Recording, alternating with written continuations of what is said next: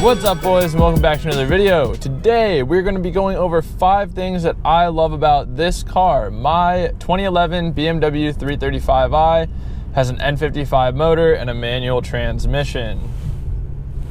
I'm going to be honest with you guys, I didn't prepare for this video at all because the first 5 things that come to my mind, I want to be the things that I say that I love about this car. I don't want, if it truly is something that I love about this car, I'll know right away. I'm gonna just be going off the top of my head and I'm gonna be listing off 5 things that I absolutely love. If you're watching this video and you wanna see 5 things that I hate about my BMW 335i, I will put it up on the top of the screen so you can check out that video as well. It should pop up on like a little card. Anyway, with that being said, let's get into the 5 things that I love about this car. So thing number 1 that I love about this car is how comfortable it is. It's such a comfortable vehicle. The interior, especially because I have really dark window tints, I'm sure you guys can see this one.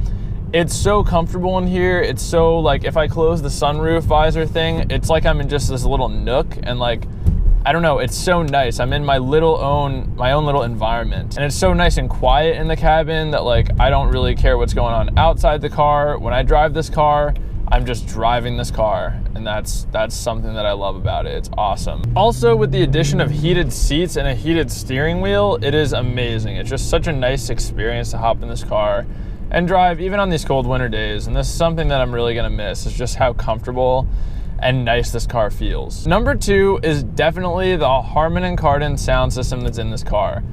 I, as some of you guys know, am a little bit of an audiophile. I'm not too serious about it, but I love good sound systems. I seriously love music, and it makes a humongous difference in a car. For me, like, the driving experience is so much better if I have good speakers, a good sound system, some good punchy bass, and this thing seriously delivers. So by no means is it, like a 12-inch subwoofer, like in a ported enclosure, like a 15 or whatever. It's nothing crazy. It's 2 8-inch subs, and I'm pretty sure they're in sealed enclosures, and they're underneath my seat and the passenger seat. It's got tweeters on the A-pillar. It's got, like a nice mid speaker over here by the driver's side door, and same on the passenger. And then it also has another speaker up here on the dash. And it just creates such a nice, like, sound stage when you're driving around. It really does sound like a concert in your car. It's awesome. I love the sound system. That is something that I'm seriously gonna miss about this car, because my next car will not have nearly as nice of speakers, and I'm just gonna be probably bumping on some cardboard circles, which is gonna suck, but it is what it is. The next thing that I absolutely love about this car is how it looks, and I'm seriously gonna miss this car for how it looks. Like, it's such a beautiful car. Like, I love the front end. I love the carbon fiber grille. I don't know if you guys ever knew this, but my grille's carbon fiber. Check that out. That's pretty sweet. Absolutely love how this looks. Contrast with the white's amazing. I don't know what this is, like bird poop or something, but that's there. I love the headlights. I even love that it's not an M Sport. Like, I love these fins that are in here. Some people don't like them. I really do. I really like this front end. It just looks so good. I love the side profile. I just love how this car looks. It's such a good looking car. Obviously the fitment's kind of trash right now in the front. Fitment in the rear is pretty good, which is interesting because it's stock suspension. So stock suspension, that's the fitment. This is how she looks. I'm gonna miss how this car looks, man. And the final thing that I absolutely love about this car, and there's gonna be a bonus one right after it. The final thing that I absolutely love about this car is the gas mileage. And I know that's not exciting, but let me tell you something. If you guys are looking to buy an N55 335i, you can expect an average of close to 27 or 30 miles per gallon.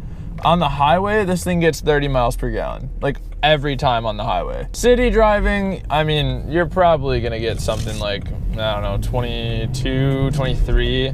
But, like, dude, for a car that makes as much power as this one does, and for being as big of an engine as it is, like a 3-liter, this isn't some, like, 1.5-liter 4-cylinder. Like, that's a pretty big engine to be making, to be getting that good of fuel economy. It's awesome. The gas mileage is honestly amazing. For how much I drive, I don't fill up that often. I might fill up, like, every week and a half. So I can probably go a week and a half before I fill up again, and that's such a good feeling. Because this car is expensive to fill up. That sucks about it, but the gas mileage is really good, which kind of counterbalances it. I love that. The thing that encompasses this whole car that I love is the price. While it ended up being a little bit too much for me right now in my life, a car at this price for what you get is such a bargain. And I say that because you're not going to find a car like this with all these features in 2020.